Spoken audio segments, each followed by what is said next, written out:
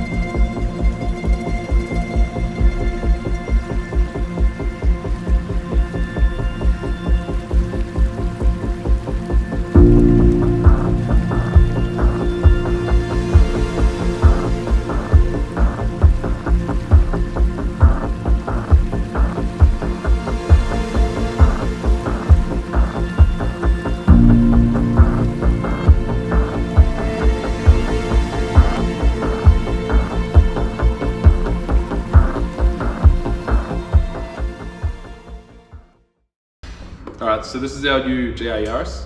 We've had it for about 3 weeks.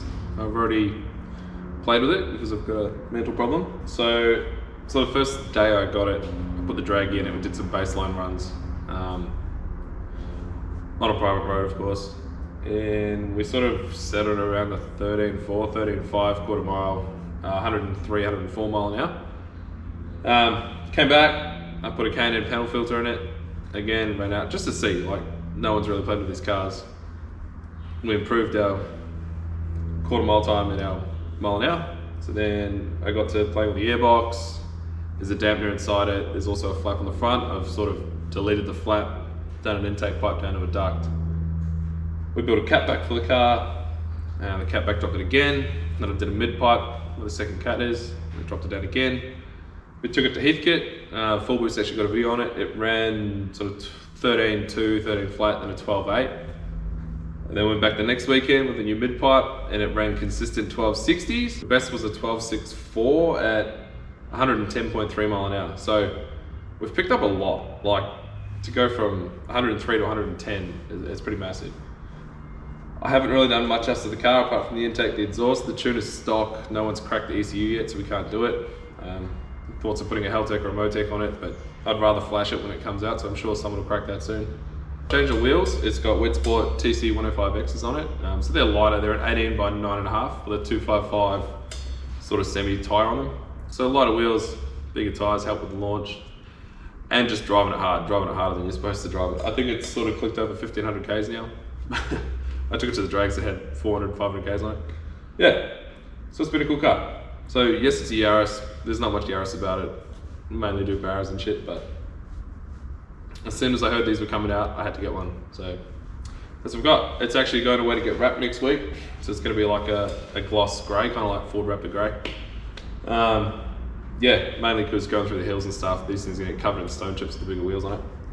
I thought I'd just introduce you guys to the car because you'll probably see a bit more of it. It's going to be grey next time, but yeah, Shockworks have got a set of coilovers coming for it, so I'll get it down low. And yeah, as soon as we can tune it, I'm going to put it on E85 and wind it up and see if we can get it into like the 11s, maybe the 10s eventually, I don't know. But it's a serious little pocket rocket. For a 3-cylinder, it's torquey as it feels like, you know, a 2-litre turbo 4-cylinder. It's got heaps of poke. It only weighs sort of 1200 kilos. I think with me in it and a full tank of fuel, it's 1400 kilos, so it's not a heavy car. We'll do another video on the exhaust and bits and pieces that we've done to it and changes we make. But yeah, I want to try and keep it, like I said, it's running at 1260 now. And I know it's not a drag car, it's a circuit car, it's just sad to the hills, I get it. It's my car, I'll do what I want with it. I want to race it, I'm going to race it. It's a good all-rounder, I'm planning to do some track days in it, driving through the hills, just, it's a fun little car, that's why I bought it, so yeah.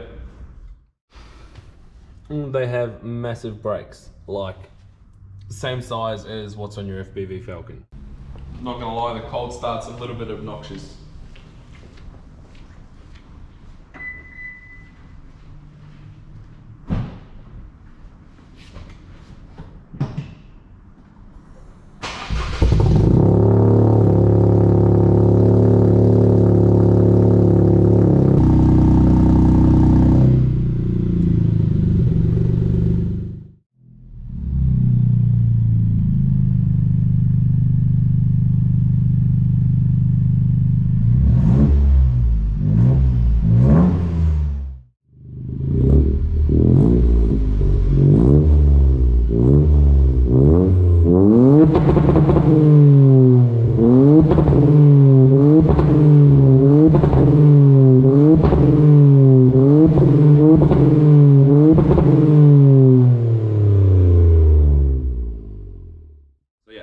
tuning this on the 85 as soon as they crack the ECU and some form of tuning software comes out with something.